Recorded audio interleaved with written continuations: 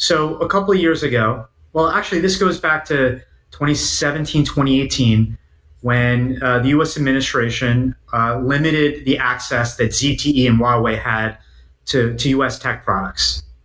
And without sort of those inputs into their own products, their businesses were essentially shut down. And that was a really important event because it woke up Xi Jinping to say, you know what?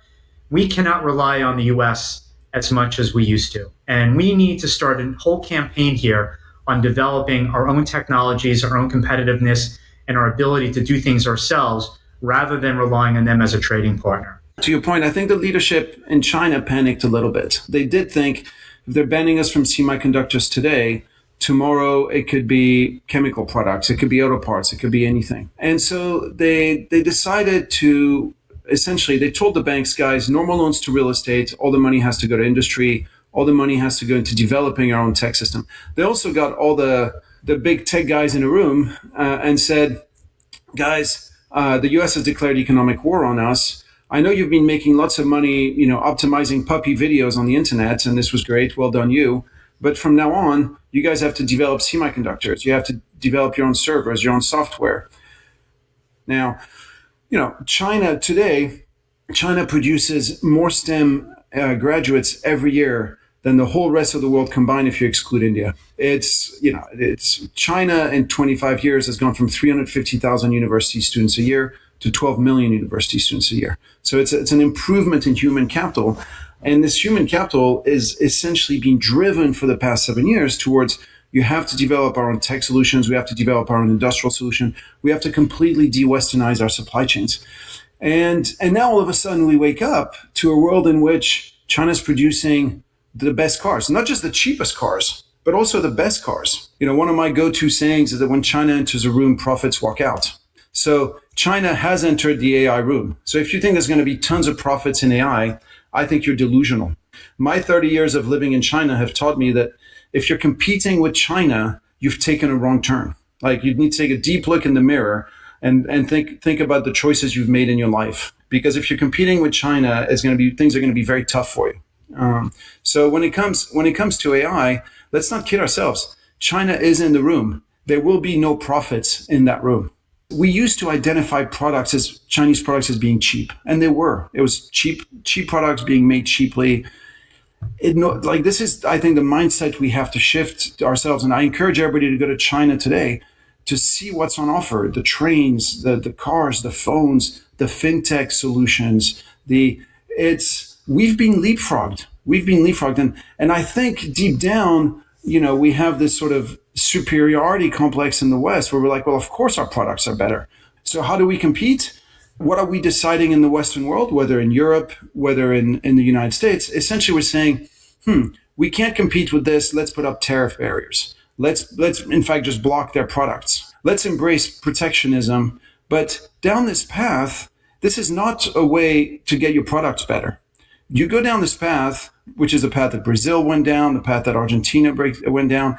The whole thing about protectionism is essentially you're encouraging your domestic producers to remain mediocre. And so we're saying, look, we're going to try to keep what we have here at home. And these guys will continue getting better and better, and we'll just stay mediocre. The only way we can compete is by competing and by getting better.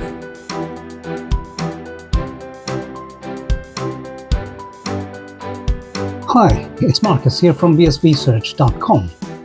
We are living through one of the most pivotal macroeconomic shifts of the 21st century.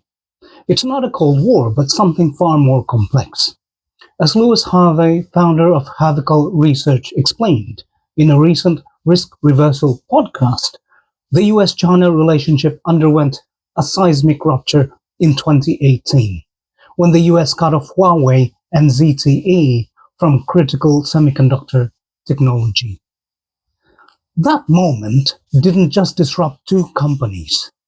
It awakened China to a stark reality. It could no longer depend on Western tech. The response was total mobilization. Capital, policy, and human talent, especially China's 12 million annual university graduates, many in STEM, which stands for science, technology, engineering, and mathematics, were redirected from real estate and consumer apps toward building self-reliant industrial and technological capacity. While the West fixated on China's property bust and pandemic isolation, China leapfrogged ahead in EVs, telecom, turbines, and even AI, producing cars and phones now widely regarded as superior to Western counterparts. Today, a new global cooperation is forming between three countries: China, Russia, and India. China has the cheapest cost of capital and is the biggest provider of capital, as well as the biggest producer of consumer goods. Russia is the biggest producer of the cheapest commodities and a key source of energy in the world. And India is the biggest provider of low-cost labor. These countries are integrating economically at an accelerating pace, mostly symbolized by the Shanghai Summit of Xi, Putin, and Modi, and China's defiant move to build the Power of Siberia 2 pipeline, securing ultra-cheap Russian energy priced in yuan. Meanwhile, the US finds itself caught in contradiction. It treats China as a commercial partner and also a strategic adversary. Apple, Tesla, Nvidia, and Walmart rely on China for manufacturing, markets, and supply chains, and yet US policy seeks to contain China technologically. This duality is not sustainable. As Harvey notes, when China enters a room, profits walk out. And China has now entered the room of AI, semiconductors, and global infrastructure. What does it mean when someone says, when China enters a room, profits walk out? This is important because it sounds like a negative thing, right? What China is doing. But let me explain, because it isn't. In fact, it's a foundational concept of classical economics. As far back as Adam Smith in his book Wealth of Nations in 1776. Adam Smith explained that in a competitive market, high profits attract new entrants, capital, and labor. This increases the supply curve and it drives prices down. And as prices fall, profits shrink until they equal the minimum return that's needed to keep producers in business. So today, when people say that when China enters a room, profits walk out, it implies that when China enters a market, it figures out a way to solve problems and manufacture solutions at much lower cost. And it prices its offerings lower because of this. And because it can solve problems at lower cost, people buy its solutions and therefore it dominates that industry. First, locally, and then globally. This is fantastic for consumers and beneficiaries the world over of whatever products they're supplying. But it is tough competition for their rivals who must find ways to innovate and become more efficient and reduce their cost to compete on price. And this is what it means when profits disappear. Margins shrink as supplier efficiency improves. And this phenomenon is not a failure, but the natural equilibrium of a functioning market economy. So going back to the idea that China has stepped in to compete with everyone in AI, semiconductors, and infrastructure, what will be the result? It will be a world fragmenting into competing technological ecosystems. US AI platforms like OpenAI are walled gardens. They're closed. Whereas Chinese alternatives like DeepSeek are open. They're low cost and free. And they're offered to people, businesses, and countries to use around the world. Businesses, organizations, and governments are having to choose. However, wherever there is a choice where a public global blockchain is needed, the BSV blockchain should seriously be considered, and I'll tell you why. In this era of bifurcation, like this era of a splitting technological stack. What the world needs is infrastructure that transcends borders, ideologies, and trade blocs. And that's where Bitcoin Satoshi Vision, BSV, the only blockchain adhering to Satoshi Nakamoto's original protocol, becomes not just relevant, but essential. And I will outline 4 reasons why any entrepreneur, business, or government should consider integrating BSV into their systems and operations today. The first reason is that BSV is a political infrastructure in a very politicized world. While NVIDIA, TSMC, Huawei, and cloud platforms are caught in the U.S. China crossfire, the real Bitcoin BSV operates globally without relying on or being guided by any single government. And the more countries use it and adopt it and insist on never changing its protocol, the more it can maintain its neutrality against any country or people. For a startup in Nairobi, a merchant in Jakarta, or a developer in Sao Paulo or the Philippines, BSV offers a neutral, permissionless cash and payment and data infrastructure that works identically regardless of their geopolitical alignment. In a world where choosing between US and Chinese technology means choosing sides, BSV is the third way. It is open, it's global, and it's politically neutral by design. The second reason why everyone should be using BSV is that BSV enables microtransaction economies at scale. The emerging China, Russia, India cooperation and cooperation between global south or global majority countries thrives on low-cost, high-volume commerce. Think of EVs with full self-driving or pay-per-second data services. Legacy payment systems and high-fee blockchains cannot support this model. But BSV can process billions of transactions at fractions of a cent, enabling entirely new ways of doing business, using machine-to-machine payments, real-time content monetization, granular data licensing, and more. And this isn't speculation.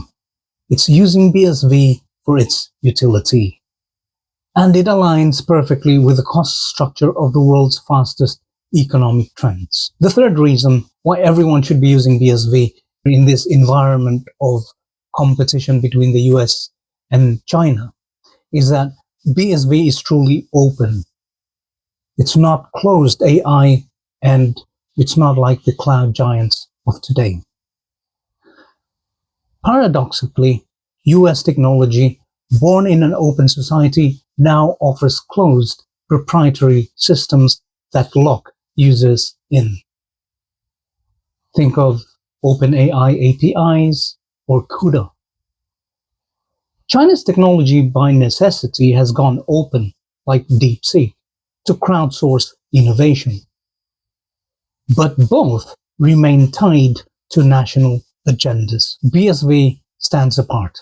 It is open, unchanging, and scalable with no corporate owner and no political master. Developers from global south countries or the global majority countries don't need permission to innovate on BSV. They do not need to pay rent to Silicon Valley or Beijing. They simply build, anchoring data, verifying transactions, and monetizing value on a protocol that belongs to no one, and yet it belongs to everyone.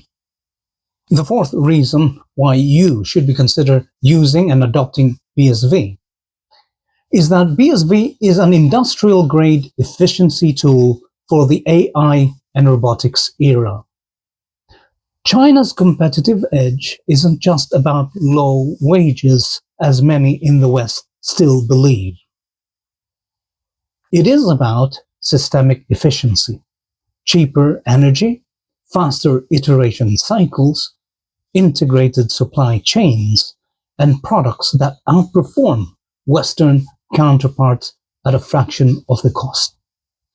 As Louis Gave notes, a BYD Seagull delivers 500 kilometers of range and full self-driving for just $8,300 US.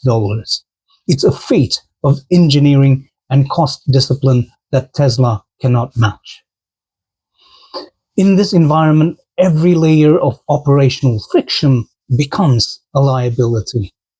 Legacy systems, whether in data management, payment settlement, or machine-to-machine coordination, add latency, delays. They add cost, and they add complexity. BSV changes that equation. BSV is the only blockchain in the world built for massive scale and micro-cost transactions that's capable of processing tens of thousands of transactions per second at fractions of a cent per transaction, all while anchoring immutable data on a single global ledger. It's really what's needed for many of the use cases for today and the future. Think about real-time supply chain provenance in manufacturing, or think about micro-payments between autonomous systems, like, for example, electric vehicles paying for charging or data, or think about its use in AI model training, data verification, and monetization. And for governments, think about government record keeping with full auditability and zero reconciliation overhead. For Chinese firms or any global enterprise racing to dominate AI, EVs, robotics, and smart infrastructure, BSV offers a lean, transparent, and automatable backbone that reduces waste, eliminates intermediaries, and it accelerates the time it takes for investments, products, or innovations to start delivering measurable benefits or returns. In a world that's about to get hyper-competitive, and China is playing, efficiency is not optional. It is existential, and BSV is purpose-built to deliver it. So in conclusion, the technological decoupling has just begun. In this new reality, sovereignty, scalability, and neutrality are the highest value traits in digital infrastructure. Bitcoin SV, faithful to Satoshi's 2008 vision, capable of massive scale and designed for microtransactions, offers exactly that. It is not a speculative asset. It's a productive infrastructure for a fragmented planet. As the world splits into blocks, BSV remains whole. As others build walls, BSV builds rails. And as profits flee the room China enters, value flows to the protocol that serves everyone, everywhere, without bias, without borders, and without compromise. Now is the time to build on Bitcoin SV, not because it is easy, but because it is necessary. Hi, thank you for staying with me until the end. There's no better time than now to be developing on the BSV blockchain. The Terra node implementation is now out.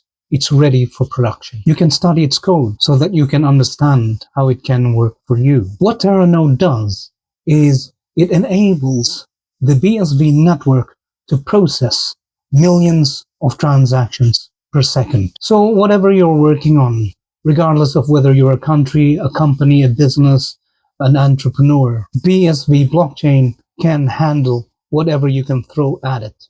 Just give it a try. I will provide the necessary links and information in the description of this video. And if you like what we're doing here at BSV Search, please consider tipping. You can tip us in BSVs. The QR code is on the screen right now. And please like, subscribe, and share, and comment. If you are a business and you want to try selling your products or services in exchange for BSVs, you can list your business or your product at bsvsearch.com. Likewise, if there's second-hand items at home, you can list it in exchange for BSVs. So thank you, and until next time, bye-bye.